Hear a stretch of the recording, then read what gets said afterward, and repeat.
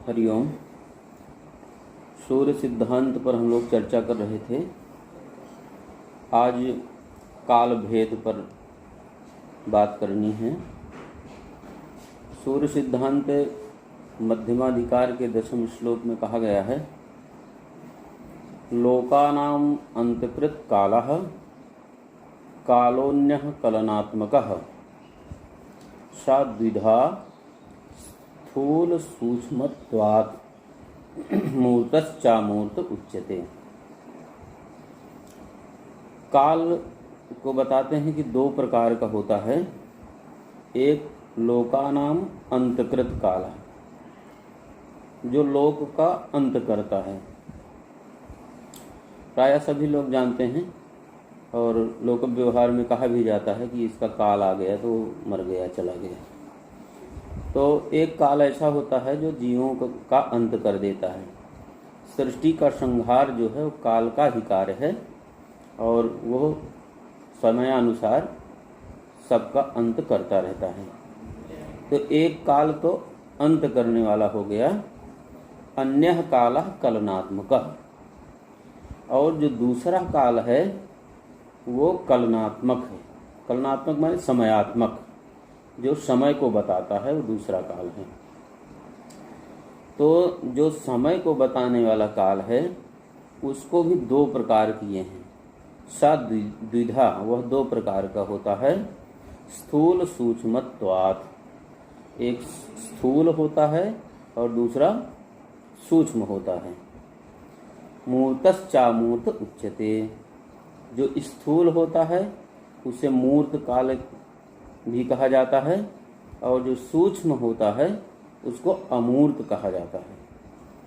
अमूर्त इसलिए कहा जाता है क्योंकि जो सूक्ष्म काल होता है उसको समझा नहीं जा सकता, उसकी गणना नहीं की जा सकती, उसको आप बुद्धि से भी जल्दी समझ नहीं सकते हैं, इसलिए वो सूक्ष्म काल है।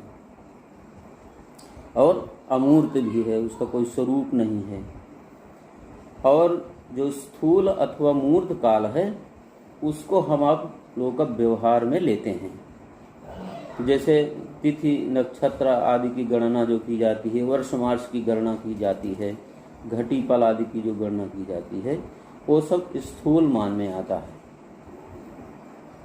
तो अब इनके बारे में और विश्लेषण करते हुए कहा गया है, प्राणादि कथितो मूर्तः त्रुट्याद्यो अमूर्त संज्ञकः षड्भिः प्राणैर्विनाडी स्यात् तत्षष्ट्या नाडिका स्मृता।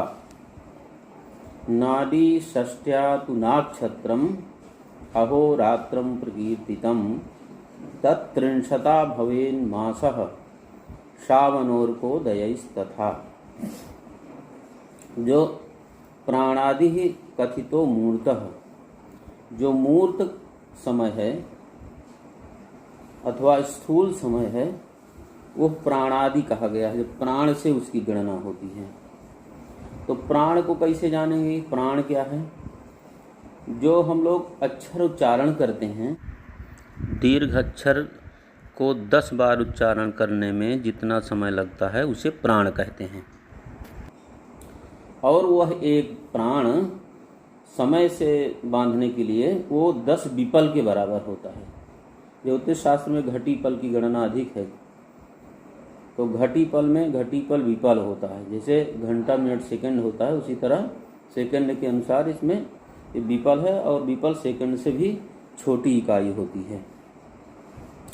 तो प्राणादि कथितो मूर्तः त्रुट्याद्यो मूर्त संज्ञकः, जो त्रुटि आदि जो है समय का मान है वो अमूर्त संज्ञक है, सूक्ष्म है। तो त्रुटि आदि का भी मान है, आगे चलकर उस पर चर्चा करेंगे, अभी उसको छोड़ के आगे बढ़ते हैं। तो त्रुटि आदि का जो समय मान कहा गया है वो सूक्ष्म है और अमूर्त संज्ञक माना जाता है। तो हम लोगों के अध्ययन का लोक व्यवहार का जो विषय है वो स्थूल समय है और मूर्त समय है। स्थूल या अथवा मूर्त समय है तो वो प्राणादि से शुरू होता है, मतलब प्राण से उसकी गणना शुरू होती है। और प्राण को जैसा कि चर्चा की है कि एक गुरु अक्षर उच्चारण में जितना समय लगता है वो एक प्राण होता है। तो उसके बाद की संख्या बताते हैं, षड्भिः प्राणैर विनाडी स्यात्।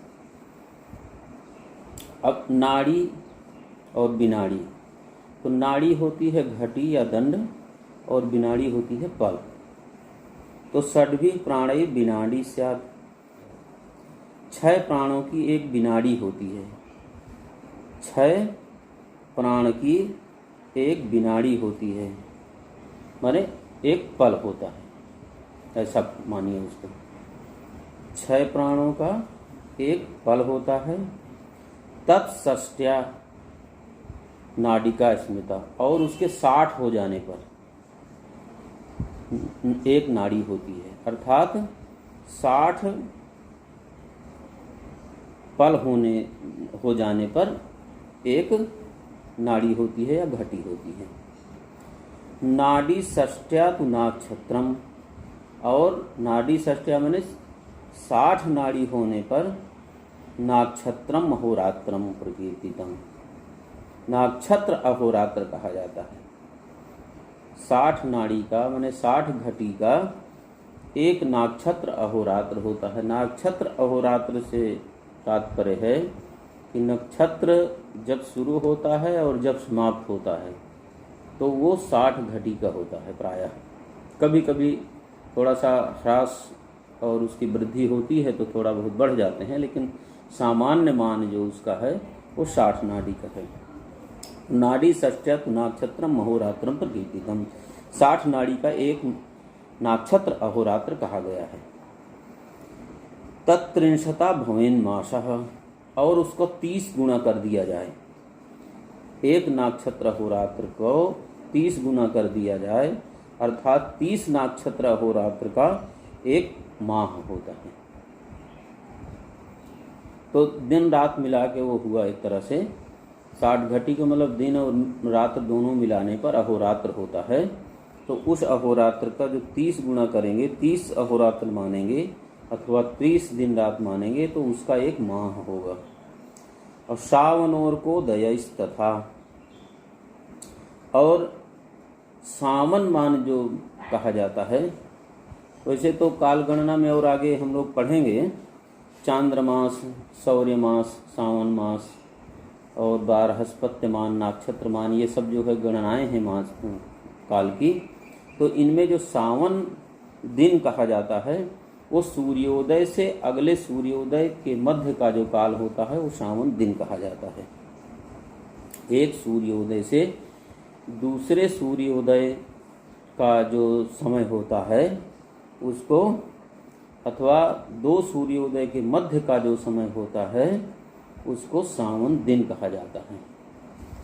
अथवा ये कह सकते हैं कि दिन और रात्रि मिलाकर जितना समय बनता है सूर्योदय से लेके, वो पूरा सावन दिन के नाम से ज्योतिषीय भाषा में जाना जाता है। तो हम लोगों ने ये काल के भेद के बारे में थोड़ा सा देखा। अब चंद्र सौर मास कैसे होते हैं और इसके आगे देवताओं की जो दिन रात्रि की व्यवस्था है वो कैसे होती है, उसको हम लोग आगे देखेंगे।